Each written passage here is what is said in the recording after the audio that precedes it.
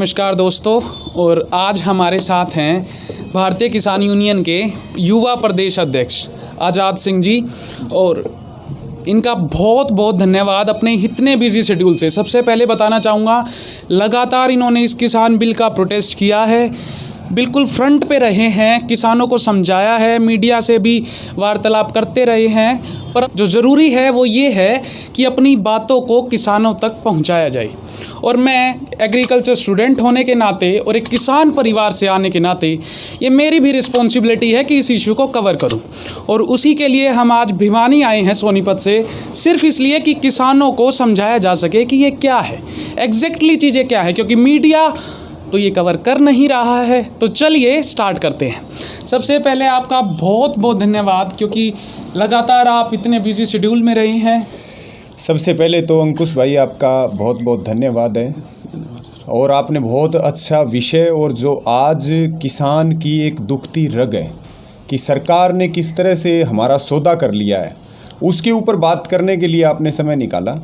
और जैसा आपने सवाल रखा, मैं इसमें आपको एक बात स्पष्ट करूं कि जो सरकार 3 अध्यादेश लेकर के आई, उसका जो टाइमिंग है, हाँ सर, वो टाइमिंग विवादों के घेरे में है। सबसे पहली बात, सरकार कोरोना के कारण जिन बच्चों की, जिन स्टूडेंट की पढ़ाई बाधित हो रही, सरकार उसकी व्यवस्था नहीं कर पाई है। और जो सरकार ये कह रही कि हम किसानों की किस्मत बदलने के लिए इन 3 अध्यादेशों को लेकर के आए, तो हमने इनसे सवाल ये किया कि 6 साल से आप लगातार सत्ता में बैठे, अगर इतनी किसान की चिंता थी, किसान की किस्मत बदलने की बात थी, तो फिर आपने 6 साल पहले ये कदम क्यों नहीं उठाया, या 3 साल या 4 साल पहले ये कदम क्यों नहीं उठाया? नहीं, सरकार इस चीज़ में यूँ कह रही है कि सरकार तो कह रही है कि ये ऐतिहासिक कदम है, पहली बात। दूसरी बात, सरकार कह रही है कि हम देरी से आए हैं लेकिन सोच समझकर और एक दुरुस्त चीज़ लेकर आए हैं। जी, कांग्रेस ने भी अपने मैनिफेस्टो में ये चीज़ें कही थी। वो बात अलग है कि ओपोजिशन इस समय इस चीज़ को प्रोटेस्ट कर रहा है, लेकिन किसानों से बातचीत कहीं नहीं की गई। जी, ये चीज़ पहले भी थी और बिल आने के बाद भी लगातार किसान संगठन, भारतीय किसान यूनियन भी इस चीज़ में आगे रही है। पर कहीं ना कहीं ये चीज़ है कि ओपोजिशन को छोड़कर, अगर ओपोजिशन किसान कह रहे हैं कि उनकी बातें सुनी जाए, तो क्या सरकार को ये चीज़ नहीं चाहिए थी कि किसान संगठनों से जो नेता हैं, युवा नेता हैं, उनकी एक टीम को बुलाए, उनके साथ डिस्कशन करें और फिर इस बिल को पास कराया जाए? देखिए, इसमें मैं वही बात आपको उसी चीज़ की तरफ लेके जाना चाह रहा कि मोदी सरकार ने वादा क्या किया था। मोदी सरकार ने वादा किया था कि स्वामीनाथन आयोग के हिसाब से लागत का 1.5 गुना या C2 फार्मूले के हिसाब से हम किसान को उसकी उपज का दाम देंगे और किसान की संपूर्ण कर्ज मुक्ति करेंगे। आप मोदी जी का पहला भाषण उठा करके देख लो। बात आती है कि अगर ये ऐतिहासिक कदम है, जो सवाल आपने रखा, तो ऐतिहासिक कदम जब आप उठा रहे, तो जिनका आप भला करना चाह रहे, जिस कौम का आप भला करना चाह रहे, कृषि प्रधान देश है ये, तो उसमें आपने किसान से बात करना जरूरी नहीं समझा, पहली बात। दूसरी बात, किसान से कोई चर्चा नहीं हुई, मीडिया में कोई चर्चा नहीं हुई, किसान विशेषज्ञों से, कृषि विशेषज्ञों से कोई बात नहीं हुई, किसान संगठनों से कोई बात नहीं हुई। और सबसे बड़ी बात, अलोकतांत्रिक तरीका, ये संवैधानिक संविधान से देश चलता है, जिसकी बार बार मोदी जी कसम खाते हैं, संविधान की कसम खाते हैं, वो अध्यादेश लेकर के आए। आप इस बात को जानते हैं कि अध्यादेश लोकतंत्र के लिए कोई बहुत अच्छी बात नहीं है। सदन में चर्चा हो, लोकसभा राज्यसभा में चर्चा हो, पहली बात आप अध्यादेश लेकर के आए और उसके बाद आपने लोकसभा और राज्यसभा में ध्वनि मत से, गुंडागर्दी से, असंवैधानिक तरीके से, अलोकतांत्रिक तरीके से आपने अपने सत्ता बल को दिखा करके कॉरपोरेट घरानों के दबाव में, आपने अडानी अंबानी के दबाव में आपने पूरे संविधान को ताक पे रख दिया, देश की व्यवस्थाओं को ताक पे रख दिया, बिना बात करे। अगर इतना ही क्रांतिकारी कदम था, किसान को आर्थिक आज़ादी देने की बात थी, किसान की किस्मत बदलने की बात थी, कृषि की दिशा और दशा बदलने की बात थी, तो फिर हम सवाल ये कर रहे कि किसान से बात क्यों नहीं। और वही किसान, सबसे बड़ी बात है, जब किसान सवाल उठा रहा कि ये जो अध्यादेश है, ये जो कानून है, ये मुझे मेरी ज़मीन से बेदखल कर देगा, तो फिर सरकार लठ मार रही है किसानों को। किसान की किस्मत बदलने के कानून और किसान को आवाज़ उठाने पर पीटा जा रहा है, तो इससे बड़ी लोकतंत्र की दूरदर्शा क्या हो सकती है? सरकार का मानना है कि जो प्रोटेस्ट कर रहे हैं वो किसान है ही नहीं, वो ओपोजिशन और अन्य जो पार्टियां हैं उन्होंने मिलकर एक तरीके से बस इसका रोष प्रदर्शन करने के लिए अपने लोगों को पैसे देकर बुलाया है। सरकार तो कह रही है कि किसान सड़कों पर है ही नहीं, क्योंकि किसान तो इस बिल से खुश है। इस चीज़ पर आपका क्या मानना है? पहली बात तो सरकार को हमने बार बार ये बात कही, जब ये जून में इन्होंने ड्राफ्टिंग करी, अध्यादेश बन करके आए, हम बार बार एक बात कह रहे कि हम सरकार से कुछ सवाल पूछ रहे, हम सरकार से ये बात कह रहे, सरकार के लोगों से ये बात कह रहे, चाहे वो भारतीय जनता पार्टी के नेता हो, चाहे वो हरियाणा में साथ में जननायक जनता पार्टी हो। हम एक बात उनसे पूछ रहे हैं कि ये 3 कानूनों में आप एक चीज़ ऐसी गिना दो जिससे किसान की किस्मत बदलेगी। पहली बात, इस कानूनों की नींव जो है वो झूठ के ऊपर टिकी हुई। ये चर्चा स्पष्ट है कि किसान जब मंडी में अपनी उपज बेचने जाता है, जैसे कि ज़्यादा प्रोटेस्ट जो हो रहा है वो पंजाब और हरियाणा में हो रहा है, उसका कारण ये है कि इन्होंने पहले ही सरकारों ने देश की सारी मंडियां तोड़ दी हैं। केवल हरियाणा और पंजाब का किसान कुछ सम्मान के साथ जी पा रहा था, उसका कारण था कि उसके 2 दाने MSP पे मंडी में बिक जाते हैं, और बाहर भी मंडी में दाने बिकने के कारण, हमारी उपज बिकने के कारण बाहर की भी चीज़ें नियंत्रण में रहती हैं। ये बात तो बिल्कुल ठीक है कि सारा MSP पे नहीं बिकता है किसान का, लेकिन कुछ हिस्सा बिकता है, लेकिन उससे बाजार भी नियंत्रण में रहता है, बाजार भी बहुत ज़्यादा डाउन नहीं जा सकता कीमतों के अंदर। इस कानून की जो नींव है वो झूठ पे टिकी हुई है। पहला मैं आपको बताऊं, कहीं भी इन्होंने कहा कि हमने किसान को टैक्स से मुक्त कर दिया। हमने कहा कि भाई किसान ने कभी मंडी में टैक्स नहीं दिया। मंडी में टैक्स आढ़ती से लिया जाता है, मिलर से लिया जाता है, व्यापारी से लिया जाता है, और वो 1% जो मार्केट फीस ली जाती है वो किसान के वेलफेयर के लिए, जैसे कि लिंक सड़कें बढ़ानी है मंडियों की, कृषि दुर्घटना होने पर किसान को 5 लाख रुपए देने हैं, अंग भंग होने पर 2.5 लाख रुपए देने हैं, मंडी का विकास करना है, वो 1% फीस चौधरी छोटू राम जी ने APMC एक्ट के माध्यम से, उनकी इतनी दूरदर्शी सोच थी उस समय, वो प्रावधान उन्होंने किया था। उसके बाद में किसान से कहीं टैक्स नहीं लिया गया, सरकार करिए टैक्स लिया गया। ये आप झूठ देखिए। दूसरा, केंद्र सरकार बार बार ये बात कह रही, मोदी जी कह रहे, तोमर जी ये बात कह रहे, हरियाणा के मुख्यमंत्री कह रहे, उप मुख्यमंत्री कह रहे, कृषि मंत्री कह रहे कि हमने किसान की फसल बेचने की बाध्यता मंडी से खत्म कर दी। जबकि मैं आपसे पूछ रहा, आप खुद किसान हैं, मैं किसान हूं, आप मुझे ये बता दो कि आप कब बाध्य थे कि आप अपनी उपज मंडी में ही बेचेंगे? अगर आपको बाहर अच्छा भाव मिल रहा तो आप बाहर भी बेच सकते हैं। मंडी में आपका कुछ % उपज ही बिका करती थी, बाकी तो आप सारी बाहर बेचा करते थे। इसके साथ में इन्होंने एक चीज़ को रखा कि आंदोलन का सही समय नहीं। हम इनसे सवाल कर रहे हैं तो फिर ये जो है ना कानून लाने का सही समय कैसे हो गया?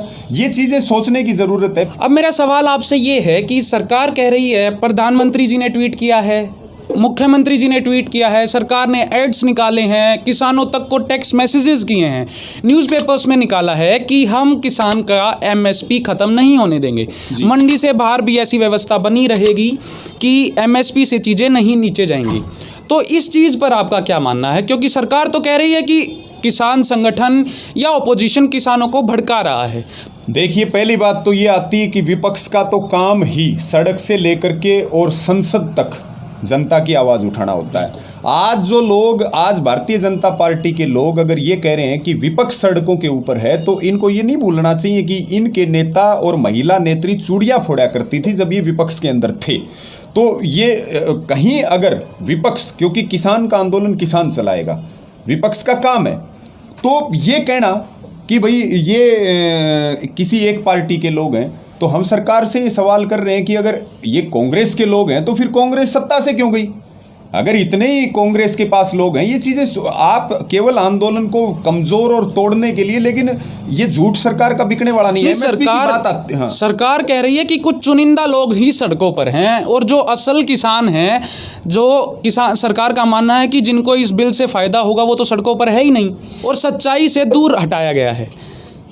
हम अगर सरकार ये कह रही है कि सच्चाई से दूर हटाया गया है, तो सरकार आकर के जनता के बीच चर्चा करे, जनता के बीच चर्चा करे, वो गांव में आए, जनसभाएं करे, मीटिंग करे, गांव-गांव में अपने नेताओं को उतारे। मुझे एक डिबेट आप भारतीय जनता पार्टी की या सरकार के लोगों की दिखा दो जिसमें वो विधेयक के फायदे बता रहे हैं, पब्लिक से के बीच बैठ करके बात कर रहे हैं, किसानों के बीच बैठ करके बात कर रहे हैं। नहीं, प्रधानमंत्री जी ने लगातार ट्वीट किए हैं, जी। 2-2 ढाई मिनट की वीडियो ट्वीट की हैं सीएमओ से, मैंने ट्विटर पे खुद देखी है ये चीज़। तो एक बात और कहूँगा, ट्वीट से किसान नहीं चलता, ट्वीट से देश नहीं चलता। आप ट्वीट के नीचे कमेंट भी पढ़ दो, क्या कमेंट आ रहे हैं। आप दुष्यंत चौटाला के देखो सोशल मीडिया अकाउंट, आप जेपी दलाल के देखो, आप नरेंद्र मोदी जी के देखो, मनोहर लाल खट्टर जी के देखो, आप देखो उनके नीचे जा करके कि कितना उनको समर्थन सोशल मीडिया के ऊपर मिल रहा है।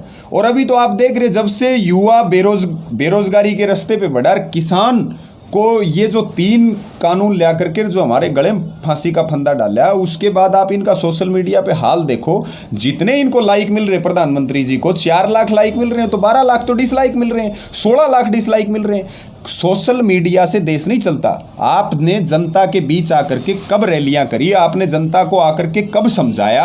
और सबसे बड़ी बात, हमारे तो कुछ सवाल हैं, हमने ना तारी शक्ल देखनी, ना हमने तारी रैली देखनी, ना तुम बात करो या ना करो, लेकिन जो हमारे तथ्यात्मक सवाल है सरकार उसका जवाब दे दे, उससे संतुष्ट हैं। अब जवाब दे सरकार। और अगर आप ये भी मान लो, जो आपने पहले जिक्र किया, कि अगर हम ये मान लें कि ये 3 कानून ठीक हैं, मान लेते हैं एक बार के लिए, और सरकार 3 अध्यादेश लाए, 13 लाए, किसान का अनाज खेत से खरीदे, सड़क से खरीदे, या जो है ना घर से खरीदे या गली से खरीदे, हमें कोई आपत्ति नहीं। हम मांग क्या कर रहे हैं? हम एक ही मांग कर रहे हैं कि उस अध्यादेश के अंदर, उस बिल और कानून के अंदर एक शब्द भी एमएसपी का क्यों नहीं लिखा गया। आप इस चीज़ को समझिए कि हर चीज़ बाजार में जो बिकती है वो एमआरपी के ऊपर बिकती है, उसके ऊपर लिखा होता है मैक्सिमम रिटेल प्राइस। किसान क्या मांग रहा है? Minimum support price. ऐसा आपको कहाँ देखने को मिलेगा कि मैक्सिमम रिटेल प्राइस के ऊपर आप बाजार से सुई से लेकर के जहाज खरीदते हैं, और किसान जो पूरे देश का पेट भरा है वो मिनिमम सपोर्ट प्राइस मांग रहा। तो मिनिमम सपोर्ट प्राइस का वैधानिक कानून बनाने में सरकार को दिक्कत क्या है? क्यों नहीं लिखा गया? हमारा कोई विरोध नहीं था, ये मैं आपको बता दूं, कोई किसान विरोध नहीं करता अगर 3 ये कानून लेकर के आए। मैं 3 की नहीं, मैं 13 की बात कर रहा, ये 13 भी ले आते, लेकिन एक लाइन उसके अंदर डालते कि न्यूनतम समर्थन मूल्य खरीद वह भुगतान गारंटी कानून अगर किसान को दे देते तो किसान इस सरकार का स्वागत करता, इसका धन्यवाद करता, ना कि विरोध करता। चलिए, तो अब आपका मानना ये है कि एमएसपी की चीज़ें नहीं लिखी गई, जिसकी वजह से ये जो है एक संकट बना हुआ है और एक तरीके से आगे जाकर प्रॉब्लम हो सकती है। चलिए, अब दूसरे बिल के बारे में बात करते हैं। सरकार कह रही है कि उन्होंने कॉन्ट्रैक्ट फार्मिंग को जो है लीगलाइज कर दिया है, इससे किसान का भला होगा। सरकार का मानना है कि इससे किसान का भला होगा। किसान पहले कॉन्ट्रैक्ट कर लेगा, वो अच्छे से अपनी उपज को बेचेगा, मंडी तक जाना नहीं पड़ेगा, और सबसे अच्छी बात है कि उसकी जो फसल है वो उसके खेत से उठ जाएगी, पैसे टाइम पे मिल जाएंगे। तो अब इसमें क्या दिक्कत है? इसमें कहाँ अड़चन है कि आप इस चीज़ का भी विरोध कर रहे हैं? देखिए अंकुश भाई, एक बात मैं आपको बताऊं, ये तीनों जो कानून हैं ये झूठ पर आधारित हैं, और मैंने झूठ आपको बताए भी हैं कि किस तरह से सरकार झूठ फैला रही। दूसरी बात आती है, ये जो कानून है ये हमारे मौलिक अधिकारों के ऊपर हनन है। जैसे कि इस कानून के अंदर प्रावधान है कि आपकी उपज का पैसा डूब गया, आप कोर्ट नहीं जा सकते। नहीं, सरकार कह रही है कि सरकार एक कमेटी बनाएगी जो 30 दिन के अंदर अंदर इस चीज़ की सुनवाई करेगी कि भाई इसमें कौन सही है, कौन गलत है, किसकी क्या गलती है। और जिसने गलती की है, अगर कॉन्ट्रैक्टर ने किसान के साथ कोई जानबूझकर कोई ऐसी चीज़ की है जो नहीं होनी चाहिए थी, तो कॉन्ट्रैक्टर को इस चीज़ की सज़ा दी जाएगी। अब इस चीज़ में कोर्ट में इस चीज़ के बारे में क्या मानना? क्योंकि अगर ये अच्छी चीज़ है, क्योंकि कोर्ट में आपको भी पता है केसेस चलते रहते हैं, सुनवाइयाँ चलती रहती है, और किसान के पास अब इतना समय नहीं है कि वो भाई वहाँ जाएगा। तो ये एक अच्छा स्टेप नहीं है कि सरकार ने 30 दिन के लिए एक कमेटी बनाएगी जिसमें दोनों पक्षों को सुना जाएगा, जिसका जो होगा उसको वो बता दिया जाएगा। देखिए, कमेटियों का तो हाल मैं आपको छोटी सी बात से समझा देता हूँ। प्रधानमंत्री फसल बीमा योजना, ठीक है, उसके अंदर भी यही प्रावधान है। डीजीआरसी की कमेटी होती है, ग्रीवेंस कमेटी, डिस्ट्रिक्ट लेवल पर डिस्ट्रिक्ट कमिश्नर की अध्यक्षता में। मैं अपने भिवानी ज़िले की बात कर रहा, हम 2017, 18 और 19 किसानों का नुकसान, किसानों ने मोटा प्रीमियम दे रखा, नुकसान हो गया, उनका क्लेम बन गया, तब भी 150 करोड़ क्लेम अकेले भिवानी डिस्ट्रिक्ट का निजी कंपनियों ने, बीमा कंपनियों ने दबा रखा है, उसको खा रखा है। रही बात कमेटियों की, हम जाते हैं कमेटियों में, चाय पीते हैं, चिल्लाते हैं, गला फाड़ते हैं, लेकिन जो अधिकारी बैठे हैं वो अधिकारी किसकी बात करेंगे? सरकार के फेवर की। कंपनियां किनके संरक्षण में काम करती हैं? सरकार के संरक्षण में काम करती हैं। और अधिकारी सरकार से बाहर नहीं होता कभी भी। इस बात को हमें समझने की ज़रूरत है। और ये चीज़ भी हमें समझने की ज़रूरत है कि सरकारी कार्यालयों में, आपके दफ्तरों में किसान की और आम आदमी की क्या हिम्मत है और क्या हमारी वहाँ पर हमारे साथ व्यवहार किया जाता है छोटे से काम के लिए। ये तो उपज के दाम की बात है। एक डोमिसाइल हमें बनवाना हो तो हमारे साथ तहसील के अंदर किस तरह का व्यवहार होता है, एक 80 साल के किसान को पेंशन के लिए उसके साथ किस तरह का व्यवहार होता है। ये कहीं ना कहीं एसडीएम और डीसी ये सरकार के अंग है, ये सरकार की बात सुनेंगे। कंपनियां इनके संरक्षण में काम कर रही हैं, क्योंकि इस कानून के अंदर स्पष्ट रूप से लिखा गया है कि कंपनी जो है, कॉरपोरेट हाउसेज हैं, वो किसान होंगे और जो वर्तमान में किसान है वो एज ए लेबर अपनी ज़मीन पर काम करेगा। अगली बात इसमें आती है कि पैन कार्ड पे भी आप खरीद कर सकते हो। पहले मार्केट कमेटी एक खुट्टे का काम कराया करती थी कि किसान की उपज का कहीं दाम डूब जाए तो मार्केट कमेटी आपके साथ खड़ी होती थी। उसके एच रजिस्टर में सब जगह ढेरियों से लेकर के सारा रिकॉर्ड मार्केट कमेटी के पास होता था। जब मार्केट कमेटी बीच में थी, सरकार बीच में थी, उस समय भी मेरे तोसाम में, भिवानी ज़िले के तोसाम में 5500 कुंटल सरसों 2018 के अंदर गायब हुई। सरकार जिम्मेवार होते हुए आज तक 5500 कुंटल के पैसे किसानों को नहीं मिले। तो आज सरकार बीच में से हट रही है और जिन लोगों ने हमें सदा लूटा है उनको, किसान को उनके हवाले कर रही। तो पैन कार्ड के ऊपर खरीद होगी। तो मैं आपसे भी पूछ रहा और दूसरे जो दर्शक सुन रहे उनके जहन में भी ये बात डाल रहा कि किसान की पेमेंट की जिम्मेवारी कौन लेगा?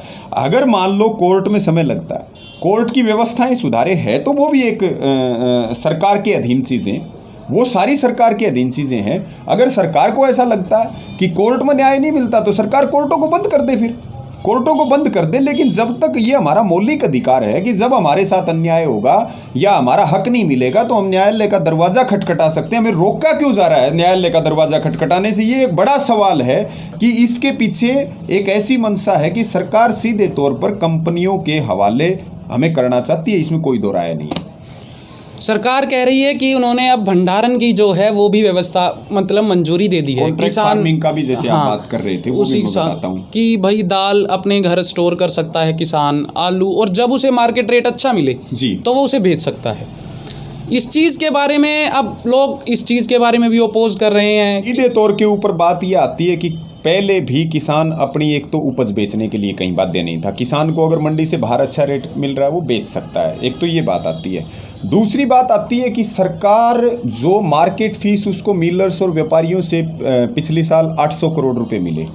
तो केंद्र जो है वो राज्यों की आर्थिक शक्तियों को तोड़ रही है। 800 करोड़ का रेवेन्यू अब मार्केट कमेटी को कहाँ से आएगा? क्योंकि जब मार्केट कमेटी को रेवेन्यू नहीं मिलेगा तो मार्केटिंग बोर्ड काम कैसे कर पाएगा? मंडियां टूटेंगी, सारे की सारी एक साथ टूटेंगी। मंडियों को सरकार ये कह रही है कि जो मंडी व्यवस्था है वो भी बनी रहेगी और साथ के साथ आप बाहर भी बेच सकते हैं। जहाँ किसान को फायदा होगा वो वहाँ बेचे। देखिए, मंडी के अंदर जब कोई खरीद करेगा तो उसको टैक्स देना पड़ेगा। मंडी से बाहर कोई खरीद करेगा तो उसको कोई टैक्स नहीं देना। तो मुझे आप ये बताओ, कोई भी आढ़ती मंडी के अंदर क्यों खरीद करेगा जब उसको टैक्स देना है? वो मंडी के बाहर अपनी दुकान सजा लेगा, वहाँ खरीद करेगा। मंडी की जो बात है, मंडी को सुपरमार्केट बनाने जा रही है हरियाणा में सरकार कि वहाँ पहले आप देखिए जब फसल बिक्री का समय होता है, अभी जैसे खरीद शुरू होगी, आप देखना कि किसान अपनी ढेरी नहीं लगा सकता, मंडी में जगह ही नहीं होती है। जब वहाँ पर लो लकड़ की, परचून की, सब्जी की, फल की, जूस की, दूध की, मांस की, मीट मच्छी की, लकड़ी की, सब चीज़ों की दुकानें खुल जाएंगी तो कहीं ना कहीं जो मंडी जो केवल किसान के लिए थी उसको आपने कन्वर्ट कर दिया मार्केट के अंदर। एक तो ये चीज़। तो फिर क्योंकि आपकी मंशा है, अडानी की मंडियां लगेंगी, अंबानी की मंडियां लगेंगी, विदेशी कंपनियों की मंडियां लगेंगी, बड़े व्यापारियों की जो है ना यहाँ पर दुकानें, मंडियाँ सजेंगी। इसके अंदर एक जो चीज़ आती है, आपने सवाल किया, मैं माफ़ी चाहूँगा बीच में, आपने किया कॉन्ट्रैक्ट फार्मिंग का सवाल। कॉन्ट्रैक्ट फार्मिंग के अंदर गन्ना किसान जो हैं वो उदाहरण है हमारे सामने कॉन्ट्रैक्ट फार्मिंग का, और उनका कानून है कि 14 दिन के अंदर आपको किसान को पेमेंट करनी है।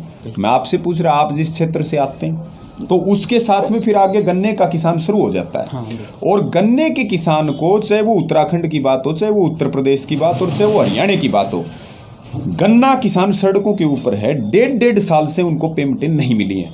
अगर कल को कॉन्ट्रैक्ट फार्मिंग के अंदर सीधा सा अभी कंपनियां आनी शुरू हो चुकी हैं, कॉन्ट्रैक्ट फार्मिंग के अंदर आप क्या करेंगे?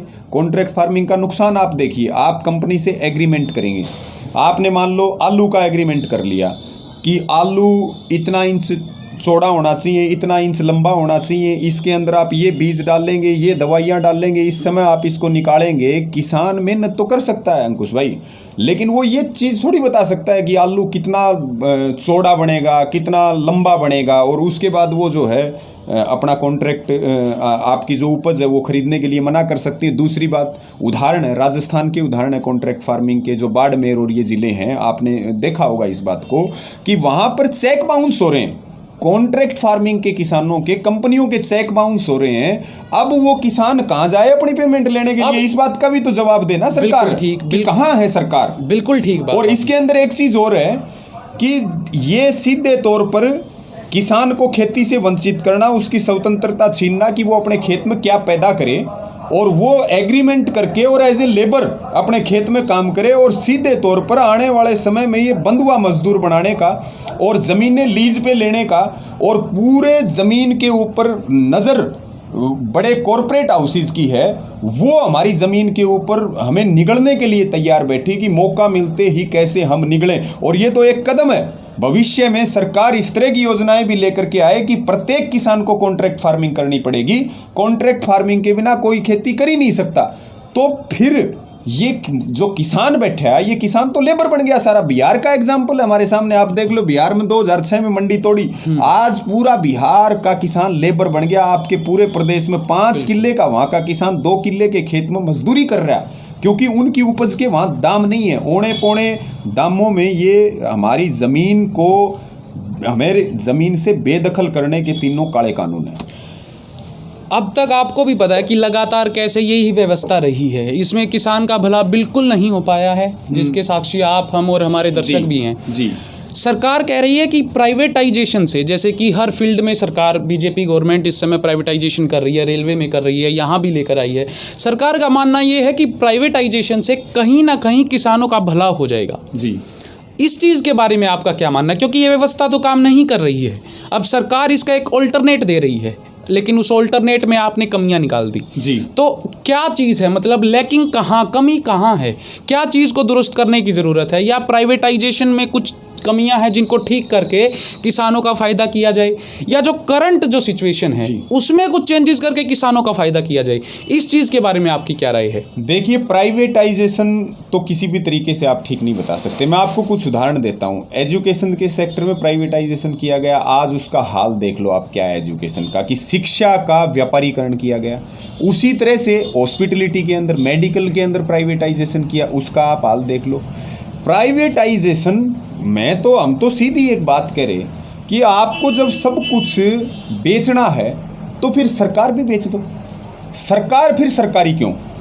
आप सारी चीज़ें तोड़ रहे, सरकार की कुछ जिम्मेवारियां होती है। पुरानी व्यवस्थाएं, अगर पुरानी व्यवस्थाओं में कमियां हैं तो उन व्यवस्थाओं को सुधारना एक विकल्प है, ना कि उन व्यवस्थाओं को ध्वस्त कर देना एक विकल्प है। ये एक चीज़ आती है, क्योंकि एपीएमसी एक्ट है वो भी पूरी तरह से लागू नहीं किया गया। दूसरी बात, अगर किसान की समृद्धि तुम चाहते हो तो केवल उसको C2 फार्मूले के हिसाब से उसकी उपज का दाम और किसान की संपूर्ण कर्जा मुक्ति, बिजली और पानी, ये 4 चीज़ दे दो, सारी तो तुम सब्सिडी खत्म कर दो।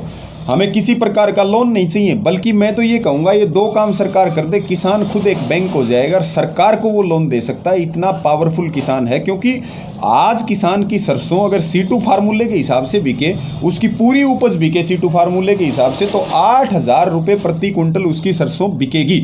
इसमें कोई दो राय नहीं है कि 8,000 रुपये प्रति कुंटल जब बिकेगी तो हमारे को नुकसान सबसे बड़ा ये हो रहा है कि हमारी जोत छोटी होगी, लागतें हमारी बढ़गी। अभी आप देखो कितना पेस्टिसाइड डलवाया जा रहा है, बीज हमारा छीन लिया गया, फसलें बर्बाद हो गई हैं, उसके बाद भी किसान के पास एक आत्महत्या का रास्ता बचता है। पहले की सरकारों में 16 किसान आत्महत्या कर रहे थे, आज मोदी सरकार में 34 किसान प्रतिदिन आत्महत्या कर रहे हैं।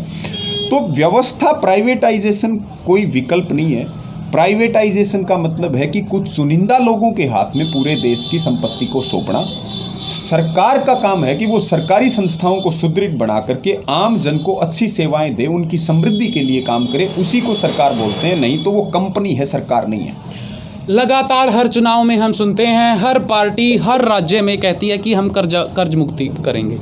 लगातार कई जगह हुआ भी है ये, लेकिन कहीं ना कहीं ये चीज़ है कि कर्ज माफ़ी से किसानों का भला नहीं हो पाया है। जी। कई जगह ये चीज़ हो चुकी है, कई जगह सरकार करने जा रही है, और हर इलेक्शन में आपने भी सुना होगा ये चीज़ें अमूमन होती रहती हैं।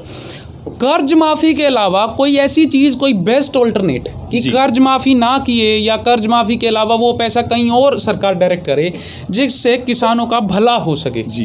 क्योंकि कर्ज माफ़ी से कोई फ़ायदा होता नहीं दिख रहा। कोई ऐसी चीज़, कोई ऐसा सुझाव जो आप सरकार को देना चाहेंगे कि वो पैसा अगर कहीं और सिर्फ इलेक्शन में वोटिंग के दौरान लोगों को लुभाने के लिए कर्ज माफ़ी का वायदा ना किया जाए, कोई ऑल्टरनेट जो सरकार को आप देना चाहेंगे? इसमें केवल एक बात है, दो चीज़ों में फ़र्क है। कर्ज माफ़ी, जो एक बार कर्ज किसान के पास है उसको माफ़ कर देना, वो कर्ज माफ़ी होती है। हालांकि एमपी का उदाहरण हमारे सामने है, राजस्थान का उदाहरण हमारे सामने है, जहां कांग्रेस ने कर्ज माफ़ी का वायदा किया लेकिन किसानों के 10-10 रुपये माफ़ किए गए। आपके सामने आया, 100 रुपये माफ़ किए गए। मोदी जी ये बोला करते थे, बहनों और भाइयों, पहली कलम से सत्ता में बैठते ही पहला ही काम मैं किसानों की कर्ज माफ़ी का करूंगा। हम मांग क्या कर रहे हैं? हम मांग कर रहे हैं कर्ज मुक्ति की। दोनों चीज़ों को समझने की ज़रूरत है। कर्ज माफ़ी एक बार आपको रिलीफ मिल सकता है, कर्ज मुक्ति किसान को परमानेंट कर्ज से मुक्ति दिलाना, और उसका केवल एक ही उपाय है कि जो मोदी जी ने वादा किया था कि लागत का 1.5 गुना देंगे, स्वामीनाथन आयोग के हिसाब से C2 फार्मूले के हिसाब से किसान की उपज का दाम मिलेगा। फिर आती है ये अपनी बीच में जो बात आ रही है भंडारण की। भंडारण कौन करेगा? आप 5 एकड़ के किसान हैं, आप भंडार कर सकते हैं। आपने दवाई का, दारू का, दवाई दारू, फीस, बच्चों की, आपके घर के खर्चे, कर्जे, किसान ये सोचता है मेरी फसल निकले, और निकलते ही जो है ना मुझे 2 पैसे हाथ में आए ताकि मैं आगे की अपनी फसल की बुआई कर सकूं और अपना घर ठीक तरीके से चला सकूं। किसान अंकुश भाई स्टॉक नहीं कर सकता। स्टॉक कौन करेगा? औने पौने दामों में कंपनियां आपकी फसल खरीदेंगी, आपके घर से खरीदेंगी, बड़े बड़े वेयर हाउस जैसे अभी अडानी जी बना रहे, फिर बेच करके उपज की खरीद करके वेयर हाउसों में उसको भर करके मार्केट के अंदर किल्लतें पैदा करके, जब कालाबाजारी पर रोक थी उस समय 2 रुपए का टमाटर किसान से खरीद करके कालाबाजारी करके 100 रुपए किलो बेचा जा रहा है, और पूरे स्टॉक करके और मार्केट में कमी पैदा करके उन चीज़ों की, एसेंशियल सर्विसेज की, और उसके बाद मनमाने रेट में किसानों की उपज को आम जनता को बेचा जाएगा। तो क्या आम जनता इससे प्रभावित नहीं होगी? आम जनता का भी शोषण होगा। तो हम ये मांग बार बार कह रहे हैं कि इन 3 कानूनों को वापस लो, MSP खरीद गारंटी कानून किसान को दो, और इसके साथ में C2 फार्मूले के हिसाब से किसान को उसकी उपज का दाम दे दो। किसान समृद्ध होगा, किसान समृद्ध होगा केवल उपज के दाम मिलने से। हमें कोई सब्सिडी नहीं चाहिए, उपज का दाम दो हमें केवल, और पूरी उपज हमारी MSP के ऊपर खरीदो, तो हिंदुस्तान की तस्वीर ये किसान बदल सकता। आपने देखा भी कोरोना के काल में कौन खड़ा रहा? पूरी दुनिया की अर्थव्यवस्था डूबी, लेकिन हिंदुस्तान को थामे रखा तो किसान ने थामे रखा, आम आदमी ने, मजदूर ने थामे रखा। लेकिन सरकार ने क्या दिया? हमें शाबाशी नहीं दी, युवाओं को शाबाशी नहीं दी। 3 काले कानून ला करके हमारे डेथ वारंट के ऊपर साइन कर दिए सरकार ने, हमें ज़मीन से बेदखल करने के कागजों के ऊपर साइन कर दिए, कुछ कॉरपोरेट हाउसेस के हमें गुलाम बनाने की सरकार ने तैयारी कर दी, हमारी खेती से बेदखल करने की तैयारी कर दी। अल्टीमेटली एक सुझाव और यही निवेदन हमारा है कि C2 फार्मूला दे दो और एक बार किसान की कर्ज मुक्ति कर दो। ये किसान इतना समृद्ध हो जाएगा कि ये हिंदुस्तान को, जो सोने की चिड़िया कहते हैं, ये सोने की चिड़िया नहीं, हिंदुस्तान को किसान जो है वो सोने का शेर बना सकता है और पूरी दुनिया का सिरमौर बना सकता है। हम पूरी दुनिया का नेतृत्व कर सकते हैं और सब चीज़ों में नेतृत्व करने की हमारे अंदर शक्ति है। आज हमें जागने की ज़रूरत है, सरकार का विरोध करने की ज़रूरत है, उसके नीतियों का विरोध करने की ज़रूरत है, और जन जन में इसके लिए हमें जागरूकता लेकर के आने की ज़रूरत है। बहुत बहुत धन्यवाद अपना समय देने के लिए, क्योंकि आप लगातार, और हम किसान कौम की तरफ से भी आपका धन्यवाद करना चाहेंगे। लगातार आपको मैंने फॉलो किया है, देखा है कैसे पिछले कुछ 1 महीने से लगातार आप प्रोटेस्ट में रहे हैं, फ्रंट लाइन में रहे हैं, लगातार आवाज़ उठाई है, लगातार हमारे लिए कोरोना जैसे टाइम पे आपने रिस्क ली है। इस चीज़ के लिए बहुत बहुत शुक्रिया, और आज के इन चीज़ों को समझाने के लिए, समय देने के लिए भी आपका बहुत बहुत शुक्रिया। बहुत बहुत धन्यवाद अंकुश भाई, और आपके YouTube चैनल के लिए भी, आपके लिए भी, आपके सारे दर्शकों के लिए, सारे साथियों के लिए हमारी तरफ से बहुत शुभकामनाएं। आप सबके उज्जवल भविष्य की कामना, और इसी प्रकार से किसान की और युवाओं की आवाज़ बुलंद करके देश को समृद्ध बनाएं और हम सब उसमें योगदान दें। यही भारत माता की एक सच्ची सेवा होगी और यही शहीदों को एक सच्ची हमारी श्रद्धांजलि होगी। बहुत बहुत धन्यवाद। बिल्कुल।